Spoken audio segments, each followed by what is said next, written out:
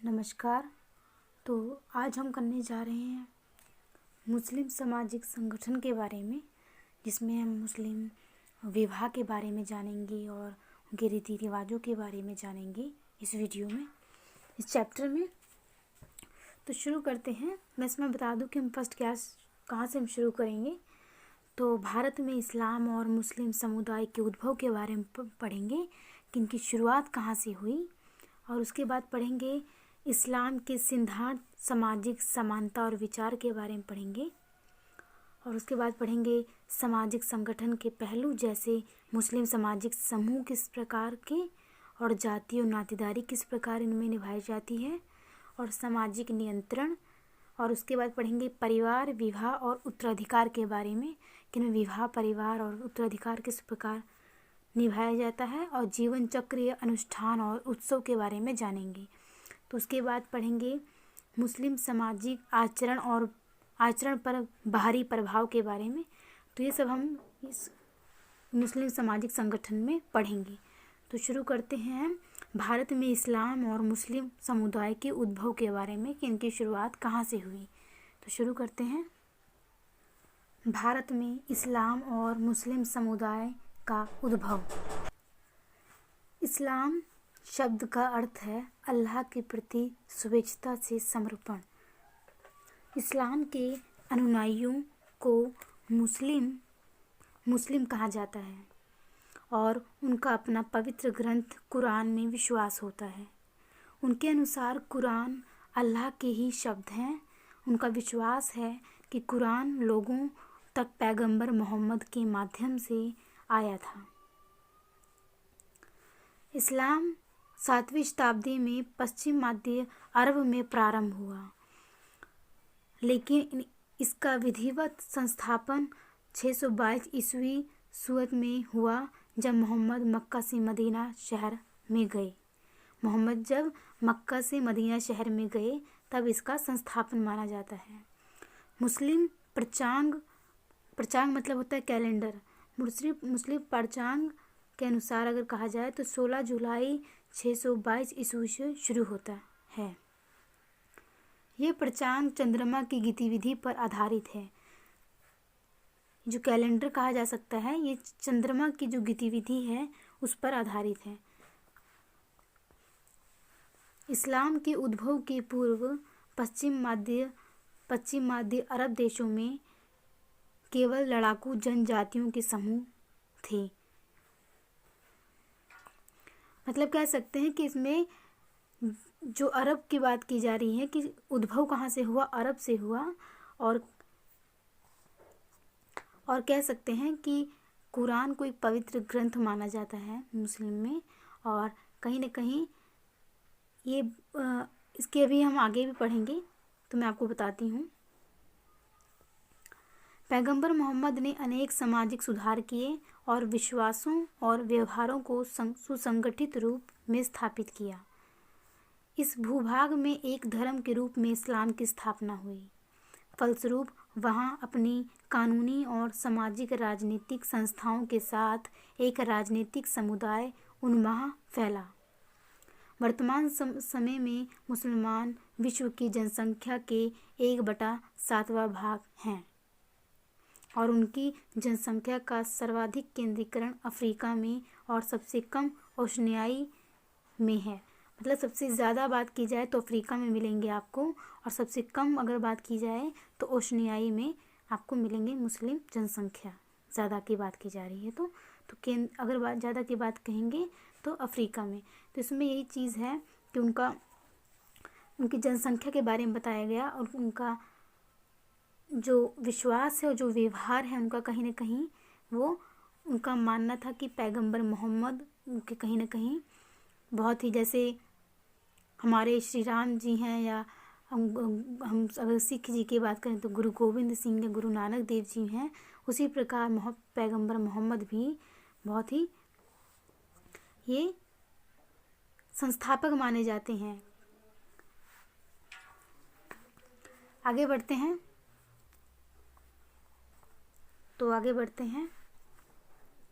इसमें कोई ज़्यादा बात नहीं कही गई कि इसमें कोई कठिन शब्द है। इसमें जो मैंने पढ़ा वही सारी मेन बातें हैं कि इस्लाम अगर अर्थ की बात की जाए तो अल्लाह के प्रति समर्पण है अपना, कि उनके प्रति अपने आप को एकदम श्रद्धा भाव से व्यक्त करना कह सकते हैं। तो इसमें कोई मुश्किल शब्द है नहीं, इसलिए मैं उचित नहीं समझती कि आपको इसमें समझाऊं। जो कठिन वाक्य होंगे मैं उसको आपको समझा दूंगी। तो आगे बढ़ते हैं। जहाँ तक भारत में इस्लाम धर्म के उद्भव का प्रश्न है, भारत में इसका आगमन अरब व्यापारियों द्वारा हुआ। अरब में व्यापारी लोग आए, अरब से आए, जो धीरे धीरे दक्षिण भारत के पश्चिमी और पूर्वी समुद्री तट पर आकर बस गए। ये अरब से आए और कहाँ आकर बस गए?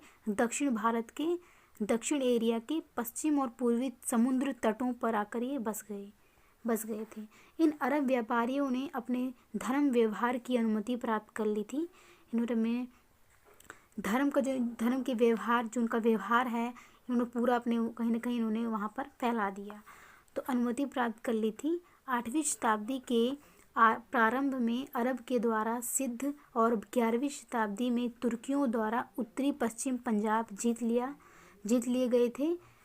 और 1206 ईस्वी में इस्लाम धर्मानुयायियों द्वारा दिल्ली सल्तनत की स्थापना हुई थी।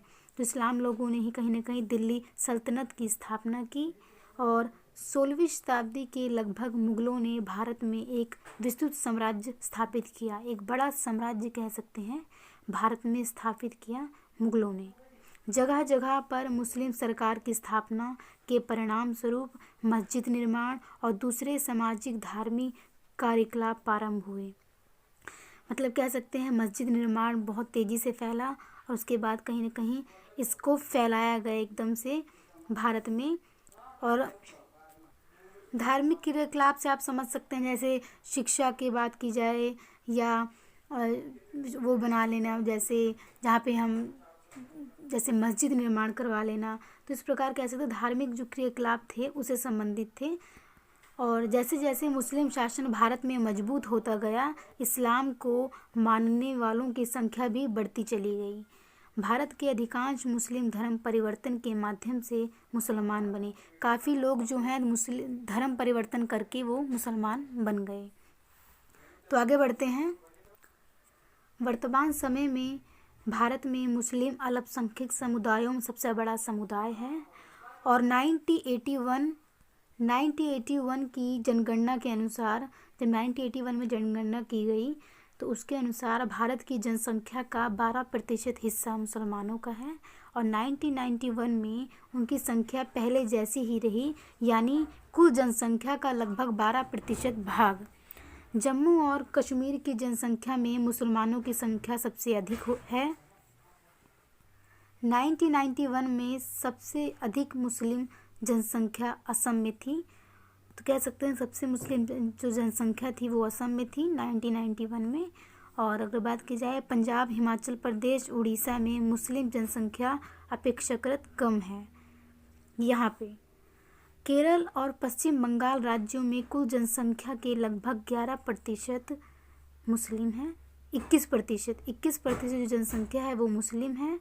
और 1991 में राष्ट्रीय औसत की तुलना में अधिक मुस्लिम जनसंख्या वाले राज्य थे असम, केरल और उत्तर प्रदेश तथा पश्चिम बंगाल। यहाँ पे कहीं ना कहीं मुस्लिम जो जनसंख्या थी वो अधिक थी। आगे बढ़ते हैं। सिक्किम और मेघालय में मुस्लिम जनसंख्या 18% से भी कम दर्ज हुई। कहाँ पे? सिक्किम और मेघालय में 18% से भी जनसंख्या वहाँ पे कम दर्ज हुई। आगे बढ़ते हैं। इस्लाम के सिद्धांत सामाजिक समानता का विचार, उनका जो विचार है उनके बारे में जानेंगे और समाज में उनकी क्या समानता है इसके बारे में जानेंगे। जैसा कि ऊपर कहा गया है कि इस्लाम का अर्थ अल्लाह की इच्छा के प्रति समर्पण या स्वीकृति से है। पूर्णतः कुरान के अध्ययन और सुन्नाह में इस विचार का पूरा स्पष्टीकरण पाया जाता है। मतलब बहुत अच्छे से बताया गया है कुरान में इनके बारे में। इस्लाम एक अद्वैतवादी धर्म है जिसका विश्वास है कि अल्लाह एक है, जो संपूर्ण सृष्टि और काल का रचयिता है, पूरी सृष्टि का रचयिता है। उसका कानून सभी पर लागू होता है।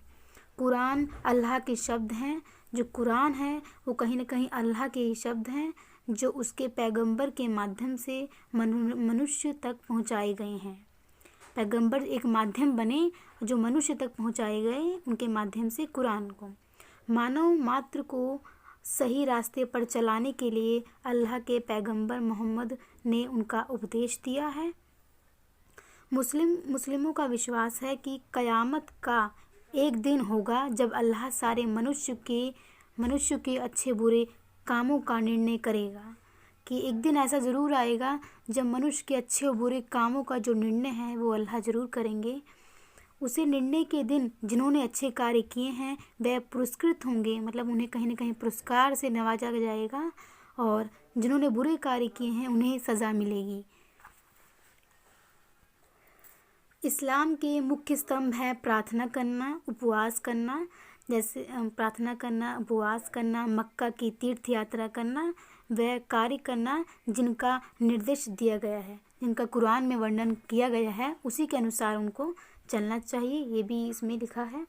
और उनसे बचना जो मना किए गए हैं, उन चीज़ों से बचना जो कुरान में जिनकी मनाही है। अल्लाह द्वारा बनाए गए रास्ते पर चलने के लिए अपनी सामर्थ्य भर जिहाद या जी जान से चेष्टा करना बताया गया है। व्यवहार के सामाजिक नियमों में सारे मनुष्यों में समानता और भ्रातृत्व, मतलब भाईचारा के सिद्धांत और निजी श्रम द्वारा जीवन यापन आते हैं, कि अपने निजी कार्यों द्वारा अपना जीवन यापन करें और भाईचारा बनाए रखें और समानता मनुष्य में रखें। सभी विश्वासों और व्यवहारों को समग्र रूप से शरिया कहा जाता है। जो विश्वास हैं और जो व्यवहार हैं, सभी विश्वासों और व्यवहारों को समग्र रूप से शरिया कहा जाता है। आइए अब हम सामाजिक समानता पर इस्लामिक विचारों को देखें, ताकि ये समझ में आए कि मुस्लिम सामाजिक संगठन के संदर्भ में जो धार्मिक विचार सिद्धांत माने जाते हैं वे कहाँ तक व्यवहार में लाए जाते हैं। तो जो व्यवहार में जो चीज़ें कहा गया है कि अपनाना चाहिए, वो कहाँ तक लोग अपनाते हैं, इसके बारे में जानते हैं। इस्लाम में विश्वास करने वालों की दृष्टि में उनका धर्म समानता पर आधारित धर्म है, मतलब समान कहा जा सकता है, समानता पर आधारित धर्म है। कुरान में अनेक ऐसे श्लोक हैं जो मुसलमानों को ये निर्देश देते हैं कि व्यक्तियों का परीक्षण करते समय उनकी जाति, राष्ट्रीयता और वंश आदि तत्वों पर वे अधिक महत्व ना दें। मतलब कह सकते हैं इसमें कि जब व्यक्तियों का परीक्षण करते समय तो उनका ये ना देखिए वो किस जाति के हैं, वो किस राष्ट्रीयता के हैं, तो उनकी जाति, राष्ट्रीयता और वंश आदि के तत्वों पर वे अधिक महत्व ना दें। वास्तव में देखना ये होगा कि कुरान की शिक्षा का कितना पालन होता है, कितने लोग कुरान की जो शिक्षाएं हैं उसका पालन करते हैं। तो पढ़ते हैं, मुस्लिम समाज का इस बात पर जोर है कि समानता के सिद्धांत को उनके दिन प्रतिदिन के जीवन में ढाला जाए। मुसलमानों में एक साथ नमाज पढ़ी जाती है और अवसर पड़ने पर एक साथ, जैसे इसमें देख लीजिए, एक साथ नमाज पढ़ी जाती है और खाने पीने में भी कोई प्रतिबंध नहीं माना जाता, कोई प्रतिबंध नहीं होता है, आराम से खाते पीते भी मिलकर हैं। ये भी कहा गया है कि उनके बीच अंतर्जातीय विवाह में भी कोई औपचारिक प्रतिबंध नहीं है, मतलब अन्य अंतर्जातीय मतलब कह सकते हैं कि अपनी जाति से अलग कह सकते हैं, कोई प्रतिबंध नहीं है, वे विवाह कर लेते हैं। और वास्तव में इस्लाम इसे बढ़ावा ही देता है। उनके धर्म में अंतर्जातीय पदक्रम की भावना को भी अस्वीकार किया गया है। में एक साथ नमाज पढ़ने का दृश्य दिखाया गया, जो मैंने अभी आपको पीछे दिखाया है उसमें यही चीज़ में बोला हुआ है, क्या उसमें चित्र में दिखाया गया है। तो आगे बढ़ते हैं। तो इसमें यही बात की गई है कि एक साथ नमाज पढ़ते हैं, एक साथ खान पीन करते हैं और विवाह भी अंतर्जातीय में बढ़ावा देते हैं, कोई प्रतिबंध नहीं होता है, कोई मनाही नहीं होती है। तो आगे बढ़ते हैं, सामाजिक संगठन के पहलू के बारे में जानेंगे। धर्म सामाजिक व्यवहार के लिए व्यवस्थित सिद्धांत प्रदान करता है। इस अनेक पृष्ठों वाले लंबे भाग में, मतलब इस अनेक पेज पृष्ठों को पेज कहा जाता है वाले भाग में मुस्लिम सामाजिक संगठन के कुछ पहलुओं को इस संदर्भ में देखा जा रहा है। इसमें हमने देखा कि यद्यपि कुरान समानता के सिद्धांत प्रस्तुत करता है कि एक समानता जो समान हो उस सिद्धांत को प्रस्तुत करता है कुरान, तथापि वास्तव में मुस्लिम समाज में पदक्रम पर आधारित सामाजिक समूह पाए जाते हैं। भाग हमने पढ़ा सामाजिक नियंत्रण पर प्रकाश डाला है, तो हम आगे पढ़ते हैं सीधा। मुसलमानों द्वारा मनाए जाने वाले जीवन चक्र, अनुष्ठानों तथा उत्सवों की चर्चा करते हैं। तो मुस्लिम सामाजिक समूह के बारे में पढ़ते हैं। संपूर्ण संसार में सामाजिक संगठन जो पहलू है हम यहाँ से ही शुरू करेंगे, ये ओनली बताया गया है। तो यहाँ से पढ़ते हैं। संपूर्ण संसार में मुस्लिम समाज का सबसे महत्वपूर्ण विभाजन शिया और सुन्नी के बीच का विभाजन है। दो विभाजन हैं, एक शिया एक सुन्नी। इस्लामी ग्रंथ और परंपरा पर दोनों मतों के अलग अलग विचार हैं। इन दोनों के अपने अलग अलग विचार हैं। इस्लामी ग्रंथ पर भारत में मुस्लिम समाज का एक विशाल बहुमत सुन्नी का है। इस विभाजन के अतिरिक्त भारत में मुस्लिम समाज में दूसरे प्रकार के विभाजन भी हैं जो हिंदुओं में पाई जाने वाली जाति व्यवस्था के विश्वास और व्यवहार से प्रभावित हैं। तो कह सकते हैं इसमें कि जैसे हिंदुओं में विभाजन है कहीं ना कहीं, वैसे ही जैसे हिंदुओं में जाति व्यवस्था है उसी प्रकार कहीं ना कहीं मुस्लिमों में भी है।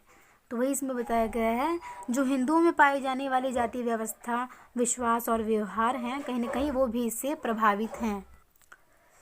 मुस्लिम समाज दो भागों में विभक्त है, मतलब दो भागों में बटा हुआ है। वह जो बाहर से आए मुसलमानों के वंशज हैं और दूसरा और वह जो भारत में सदा से रहते आए हैं। तो जो बाहर से आए हैं और जो भारत में सदा से रहते आए हैं उनके बारे में है। और उनके पूर्वजों ने इस्लाम धर्म अपना लिया है। जो भारत में रहते थे लेकिन उनके पूर्वजों ने ही इस्लाम धर्म अपना लिया है, लेकिन वो भारत के ही थे, वो बाहर से नहीं आए थे। तो उनके पूर्वजों ने जिन्होंने अपना धर्म इस्लाम धर्म अपना लिया था। पहले प्रकार के मुसलमानों को प्राय अशरफ या शरफा, शरीफ का एक वचन, अरबी में इसका अर्थ है सम्माननीय, तो इनको अशरफ कहा जाता है, अशरफ या शरफा कहा जाता है पहले प्रकार के जो बाहर से आए हैं। जबकि दूसरे प्रकार के समूह का कोई विशेष नाम नहीं है। जो दूसरे प्रकार के हैं जो भारत में ही रह के जिन्होंने अपना धर्म परिवर्तन करके मुसलमान बन गए थे, उनका कोई विशेष नाम नहीं है। बंगाल में रिजले के अनुसार धर्म परिवर्तन करने वाले स्थानीय समूहों को दो नामों से जाना जाता है जिन्होंने धर्म परिवर्तन किया। पहला है अज़लाफ अर्थात वे व्यावसायिक जातियाँ जिनके सत्संग रूप से प्रदूषण नहीं होता, और दूसरे हैं अर्जाल जो अछूत जातियाँ होती हैं। अफजाल हो कह सकते हैं आप, बड़ी जातियों कह सकते हैं, और जो अज़लाफ बड़ी को कह सकते हैं, और अर्जाल जो है वो अछूत जातियाँ होती हैं।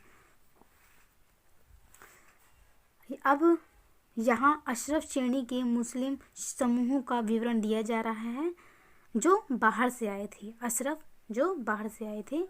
इसके बाद धर्म परिवर्तन करने वाले भारतीय मूल के मुसलमानों के समूह की चर्चा की जाएगी। तो पहले हम जो बाहर से आए थे इनको अशरफ कहा जाता था और उनके बारे में पहले हम चर्चा करते हैं। अशरफ श्रेणी के मुस्लिम सामाजिक पदक्रम में भारत में बाहर से आए मुस्लिमों जैसे फारस, अफ़गानिस्तान, अरब, तुर्किस्तान आदि देशों में आए प्रवासियों के वंशज उच्च श्रेणी के मुस्लिम समझे जाते हैं। ये उच्च श्रेणी के माने जाते हैं। भारतीय मुस्लिम जातियों जैसे सैयद, शेख, मुग़ल, पठान आदि इसी श्रेणी में आते हैं। तो कहीं ना कहीं जो जातियां हैं ये भी जातियां बढ़ गई। तो ये जातियां जो हैं सैयद, शेख, मुग़ल, पठान इसी श्रेणी में आते हैं जो ऊंचे दर्जे के माने जाते हैं। सैयद को फातिमा का वंशज समझा जाता है। जो सैयद वंश है, सैयद को फातिमा का वंशज समझा जाता है। वह पैगंबर मोहम्मद की पुत्री थी। फातिमा जो थी पैगंबर मोहम्मद की पुत्री थी। पैगंबर का वंशज होने के कारण सैयद को मुस्लिम समाज में सर्वोच्च सामाजिक स्तर प्राप्त है। इनको एक ऊंचा दर्जा प्राप्त है सैयद को। वह दोनों भागों हसनी और हुसैनी में विभक्त हैं। दो भाग में बटे हैं, हसनी और हुसैनी। हसन हुसैन के वंशजों के आधार पर सैयद समूह में और भी उपविभाजन पाए जाते हैं। हसन और हुसैन के वंशजों के आधार पर सैयद समूह में भी और भी उपविभाजन पाए जाते हैं। ये जाफरी तथा रिज़वी कहलाते हैं। जाफ़र अस सादिक से जाफरी निकले और अल इब मुरास आर रज़ा से रिज़वी निकले। मतलब कह सकते हैं जाफ़र कहाँ से निकले, तो अस सादिक से जाफरी निकले और अल इब्र मुरास से आर रज़ा से रिज़वी निकले। कुछ सैयद उपसमूह सैयद संतों के नाम के आधार पर भी हैं, जैसे चिश्ती, जलाली और कादरिया। ये कहाँ से निकले और इनका उपनाम के बारे में बताया गया है कि जो समूह हैं, जैसे सैयद समूह हैं, तो ये इनके छोटे भी हैं। सैयद आपको छोटे मिलेंगे और बड़े मिलेंगे, तो वही बताया गया इसमें। कुछ सैयद उपसमूह सैयद संतों के नाम के आधार पर भी हैं, जैसे चिश्ती हैं, जलाली हैं, तो कहीं न कहीं इनके नाम के आधार पर भी हैं। मुस्लिम सामाजिक पदक्रम में दूसरा स्तर शेख को प्राप्त है। अगर ऊंचे दर्जे की बात की जाए तो दूसरे स्थान पर शेख को प्राप्त है। शेख मक्का और मदीना से आए मुस्लिम प्रवासियों के वंशज हैं। जो मक्का मदीना से प्रवासी लोग आए थे, उन्हीं के वंशज हैं शेख दो प्रकार के होते हैं, एक अंसार या अंसारी।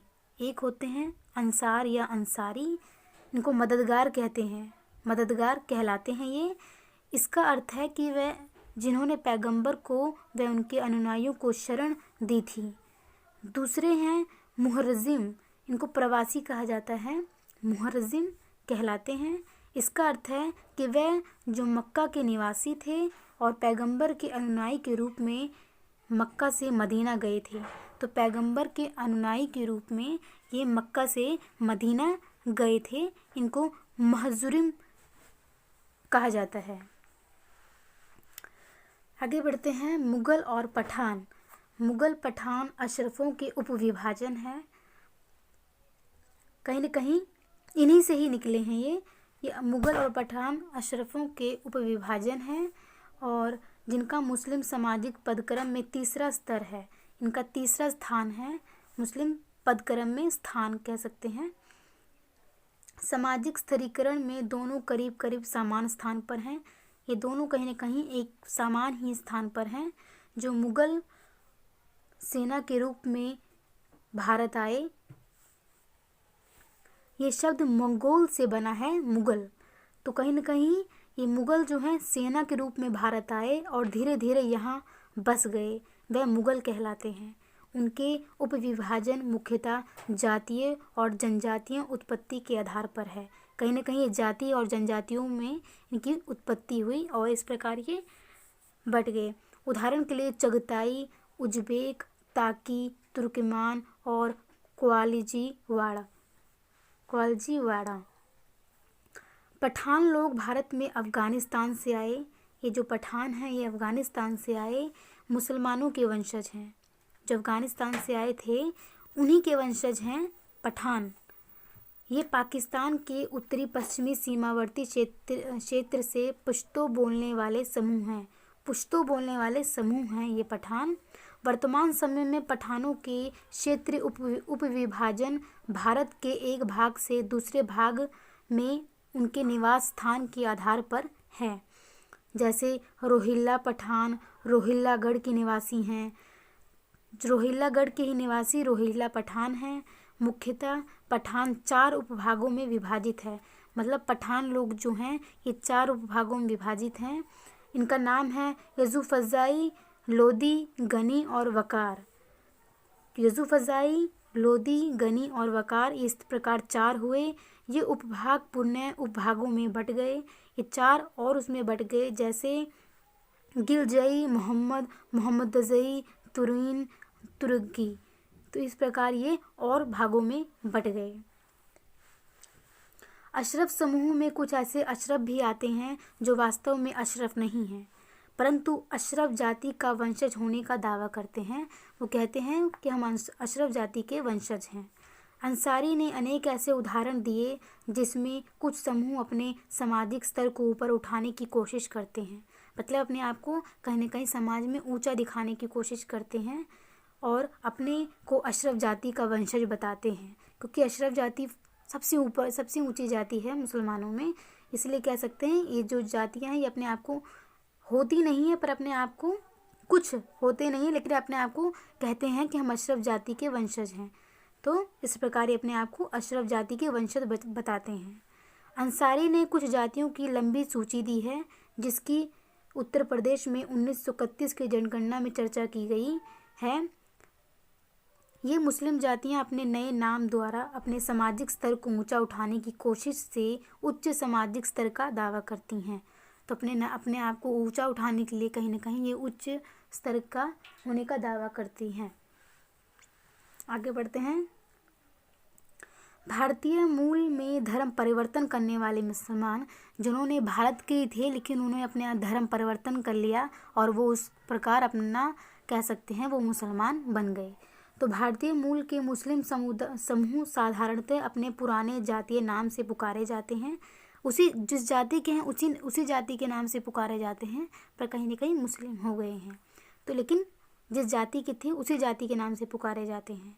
इस समूह में मुख्यतः 3 प्रकार के समूह हैं। उनका नाम है उच्च हिंदू जाति से परिवर्तित, जो उच्च जाति के थे, हिंदू जाति से थे, जिन्होंने अपने आप को अपने जाति से परिवर्तित कर लिया, बदल लिया। उच्च हिंदू जाति से परिवर्तित, स्वच्छ पेशवे जाति से परिवर्तित और अस्वच्छ पेशवे जाति से परिवर्तित। कह सकते हैं भंगी या सफाई करने वाले या चमार। तो जो जिस छोटी जातियों के थे, इन्होंने कहीं ना कहीं मुस्लिम धर्म को अपना लिया। इन तीनों समूह के विषय में यहाँ संक्षिप्त में वर्णन किया जा रहा है। ये तीनों विषय हैं उच्च हिंदू, पेशई जाति, अस्वच्छ पेशवे जाति, तो इनके बारे में यहाँ पे अच्छे से बताया गया है। भारत में मुस्लिम सामाजिक पदक्रम में हिंदू उच्च जाति से धर्म परिवर्तित मुस्लिम धर्म परिवर्तन करके मुस्लिम को अशरफ से निम्न स्तर का दर्जा दिया गया। अशरफ से निम्न छोटे दर्जा दिया गया। जिन्होंने अपना धर्म परिवर्तन कर लिया था उच्च जाति के हिंदुओं ने, तो उनको अशरफ से निम्न दर्जा दिया गया। उत्तर भारत के बहुत से राजपूत घरानों की मुस्लिम शाखाएं हैं, जैसे बैस, भाटी, भिसेन, चंदेल, बरजगुर, चौहान, पवार, राठौर, तोमर। कभी कभी ये समूह उच्च स्तर की मुस्लिम जातियों के साथ अपने को मिलाने की कोशिश करते हैं। तो कहीं ना कहीं ये उच्च जातियों की जो मुस्लिम जातियां हैं उनसे मिलाने की कोशिश करते हैं। मोटे तौर पर अभी भी ये धर्म परिवर्तित लोग कुछ हिंदू रीति रिवाजों का अनुसरण करते हैं। मतलब अभी भी कहीं ना कहीं हिंदू जो रीति रिवाज हैं उसके अनुसार चलते हैं या उसको मानते हैं। जैसे वे पहले श्रेणी के चचेरे, मौसेरे, ममेरे, फुफेरे, मतलब चाचा के मौसी के कह सकते हैं मौसेरे, चचेरे मौसेरे, मामा के मुमेरे, फूफा के फुफेरे, तो कह सकते हैं ममेरे फुफेरे भाई बहनों के बीच विवाह करना पसंद नहीं करते। साधारण अगर बात की जाए तो मुसलमानों में भी ऐसे विवाह कर दिया जाता है, लेकिन अभी भी ये हिंदू जो लोग जिन्होंने धर्म परिवर्तन कर लिया, ये अभी भी पसंद नहीं करते हैं अपने मुमेरे, अपने रिश्तेदारों में विवाह करना। इस्लामी कानून नज़दीकी संबंधों से विवाह करने की अनुमति देता है। मतलब कह सकते हैं कि इस्लामी कानून अपने संबंधियों के साथ विवाह करने की अनुमति देता है। जबकि उत्तर भारत के हिंदुओं के बीच पिता और माता दोनों की तरफ के निकट संबंधियों में विवाह निषेध होता है। मतलब अगर माता की तरफ से बात की जाए हिंदू परिवारों में तो 5 पीढ़ियाँ बराई जाती हैं, दूर मतलब विवाह नहीं किया जाता। और अगर पिता की बात की जाए तो 7 पीढ़ियों को बराया जाता है, मतलब उनमें विवाह नहीं संपन्न किया जाता हिंदुओं में, लेकिन मुसलमानों में विवाह हो जाता है। आगे पढ़ते हैं। स्वच्छ जातियाँ वह हैं जिन्हें कुछ नियमों के अंतर्गत उच्च जातियों के संपर्क में आने की अनुमति होती है। कुछ नियमों के अंतर्गत कुछ नियम उनको पालन करने होते हैं, जिसके बाद वो उच्च जातियों के संपर्क में आ जाती हैं। ये अस्वच्छ जातियों से इसी तरह भिन्न है। जो अस्वच्छ जातियां हैं इसी प्रकार कह सकते हैं उनसे ये अलग हैं कि अस्वच्छ जातियों के लोग ऊंची जाति के लोगों से दूर रहते हैं। जो अस्वच्छ या छोटी जाति आप मान लीजिए इन्हें, ये ऊंची जाति के लोगों से दूर रहते हैं। स्वच्छता का निर्णय व्यक्ति के पारंपरिक पेशे की प्रकृति पर निर्भर करता है कि वो इंसान उसका पेशा क्या है, उस आधार पर ये ऊंची और नीची जाति का वर्णन किया है। यह कहा जा सकता है कि भेदभाव किया जा सकता है कि सिर्फ पेशे के आधार पर ही पता लगाया जाता है कि उन्हें ऊंचा दर्जा दिया जाए या नीचा दर्जा दिया जाए।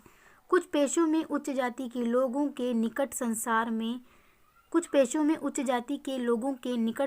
में आना ही पड़ता है। वह लोग जो इस प्रकार के पेशे करते हैं स्वच्छ जाति कहलाते हैं। उदाहरण के लिए एक नाई को ग्राहक के बाल काटने के लिए उसे छूना ही पड़ता है, इसलिए नाई का पेशा स्वच्छ जाति का होता है।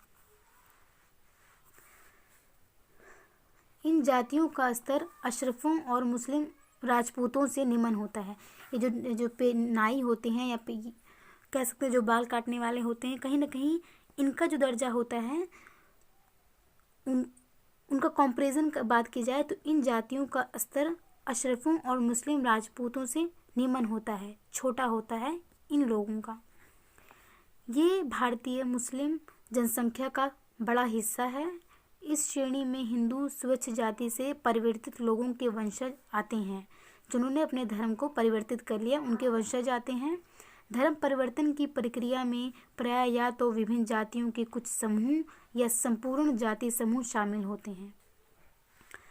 इस तरह की जातियों में दोनों हिंदू और मुस्लिम श्रेणी के लोग हैं। उदाहरण के लिए बढ़ई, दर्जी, धोबी, मिट्टी के बर्तन बनाने वाला, हजाम, सुनार आदि दोनों हिंदू और मुस्लिम समुदाय में पाए जाते हैं।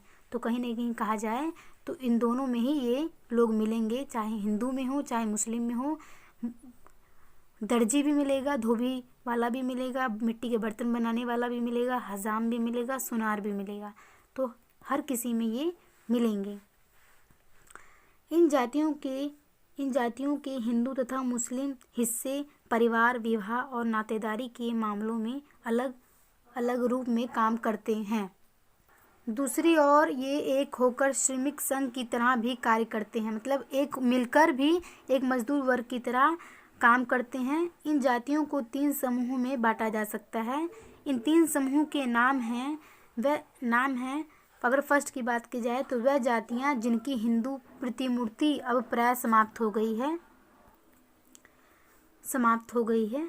वह जातियां जिसमें अधिक मुस्लिम श्रेणी के लोग, हिंदू कम हैं, जिसमें मुस्लिम श्रेणी के लोग ज़्यादा हैं, हिंदू कम हैं। और वह जातियां जो इसके विपरीत हैं, अर्थात जिसमें हिंदू श्रेणी के लोग अधिक हैं और मुस्लिम कम हैं। आइए प्रत्येक के समूह के विषय में संक्षिप्त चर्चा करें। तो सबके बारे में हम जानकारी लेते हैं।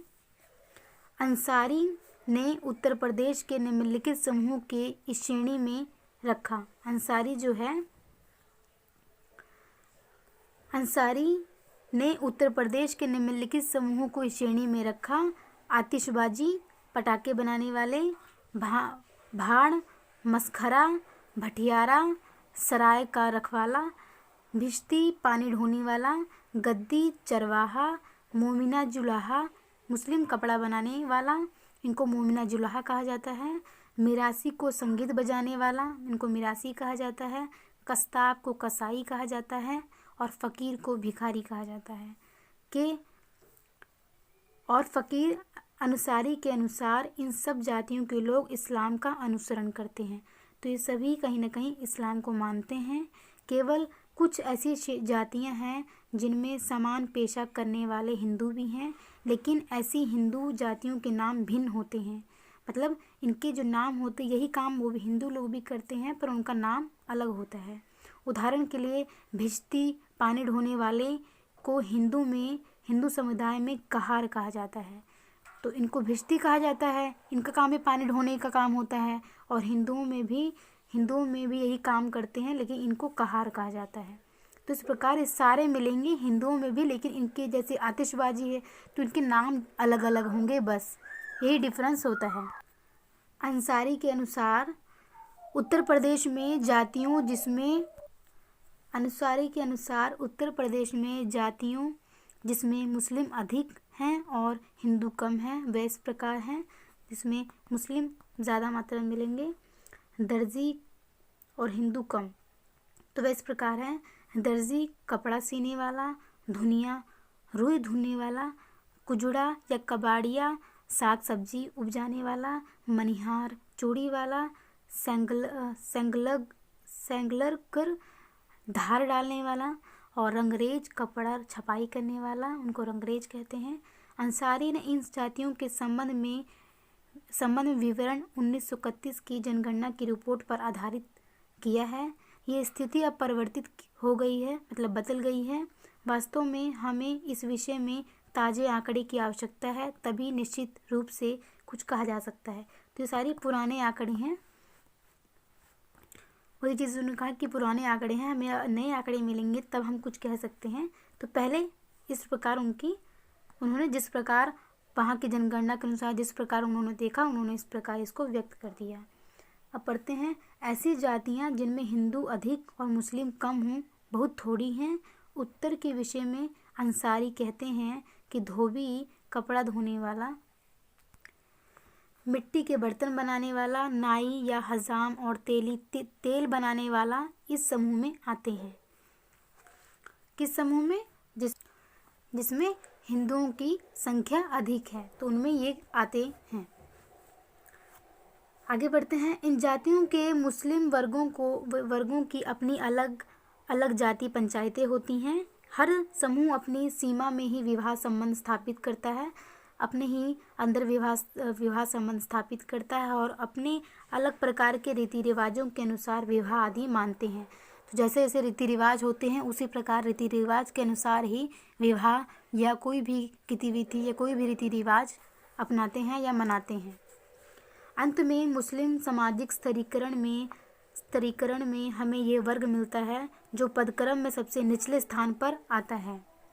इस वर्ग में मेहतर का काम करने वाले और झाड़ू लगाने वाले आते हैं। जो झाड़ू लगाने वाले होते हैं या मेहनत का काम करते हैं, ये लोग उन मुस्लिम समूह के वंशज हैं जो धर्म परिवर्तन के पूर्व काल में नीची जाति के और अस्वच्छ पेशा करने वाले थे। तो इसमें कह सकते हैं, जो मेहतर की बात की जाए तो मेहतर भंगी को कहा गया है, जो झाड़ू पोछा है वो काम करते हैं। तो कह सकते हैं झाड़ू पोछे करने वाले काम के लोगों को इनकी बात की गई है। ये वह लोग हैं, ये लोग उस मुस्लिम समूह के वंशज हैं जो धर्म परिवर्तन के पूर्व काल में नीची जाति और अस्वच्छता पेशा करने वाले थे। मतलब इनका धर्म मुस्लिम नहीं था, लेकिन ये नीची जाति की थी, और उसके बाद इन्होंने धर्म परिवर्तन कर लिया और मुस्लिम बन गए। लेकिन उसके बाद भी वे धर्म परिवर्तन के बाद भी अपनी पूर्व सामाजिक परिस्थिति में ही बने रहे। मतलब इन्होंने सोचा कि हम धर्म परिवर्तन कर लेंगे तो हमारी जो स्थिति है, हमारी सामाजिक जो स्टेटस है, कहीं ना कहीं वो ऊपर हो जाएगा, लेकिन ऐसा नहीं हुआ। धर्म परिवर्तन करने के बाद भी इनकी वही परिस्थिति बनी रही। नए धर्म में भी उन्हें नीचा ही स्थान मिला। उदाहरण के लिए एक भंगी, मेहतर जिसे कहा जाता है, एक भंगी चाहे वह मुस्लिम हो या गैर मुस्लिम, उसे मस्जिद में प्रवेश की अनुमति नहीं है। सिद्धांत के रूप में एक मुस्लिम भंगी को मस्जिद में प्रार्थना करने की अनुमति है। सिद्धांत के रूप में कहा जाए तो एक मुस्लिम भंगी को मस्जिद में प्रार्थना करने की अनुमति है, परंतु व्यवहार में उसे मस्जिद में प्रवेश की अनुमति नहीं है। दूसरी ओर ये भी है कि एक अछूत मुस्लिम को कुरान पढ़ने की अनुमति है। जबकि एक अछूत हिंदू को धार्मिक पुस्तक पढ़ने की अनुमति नहीं है। तो उसमें कहीं ना कहीं ये भी बात बताई गई है कि अगर अछूत है, अगर हिंदू में है तो उसको धार्मिक पुस्तक पढ़ने की अनुमति नहीं है, लेकिन अगर यही अछूत मुस्लिम में है तो उसको कुरान पढ़ने की अनुमति है। तो आज के लिए ऐसा करते हैं, इतना ही रखते हैं। नेक्स्ट हम वीडियो में जाति और नातेदारी से पढ़ेंगे, उसके बाद हम आगे शुरू करेंगे। तो आज के लिए इतना ही। Thank you so much.